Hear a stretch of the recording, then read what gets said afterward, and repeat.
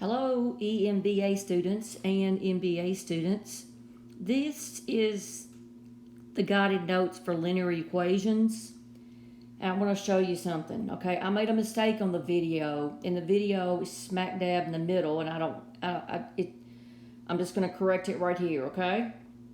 So if you go on over to this problem here, I think this is it, yes. On the video, I did not work number 3. I said something like, pause the video and work this problem, or work it later on, or whatever. But then I went on to say, I said, but the answer is x equals negative, I think I called it 1/2. I said, the answer is 1/2. Well, that's wrong. I have no idea where I got that from. The answer is 4. And I had it clearly on my notes, it was 4.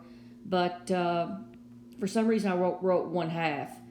What you would do is clear your fractions by multiplying by 2x, and that gives you x minus 2 plus 2x. Here the x is canceled, and you're left with 2 times an x plus 1. And that is what? That's 3x minus 2 equal 2x plus 2. Subtract 2x from both sides and get x minus 2 equal 2.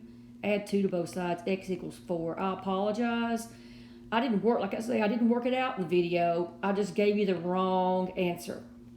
Thank you.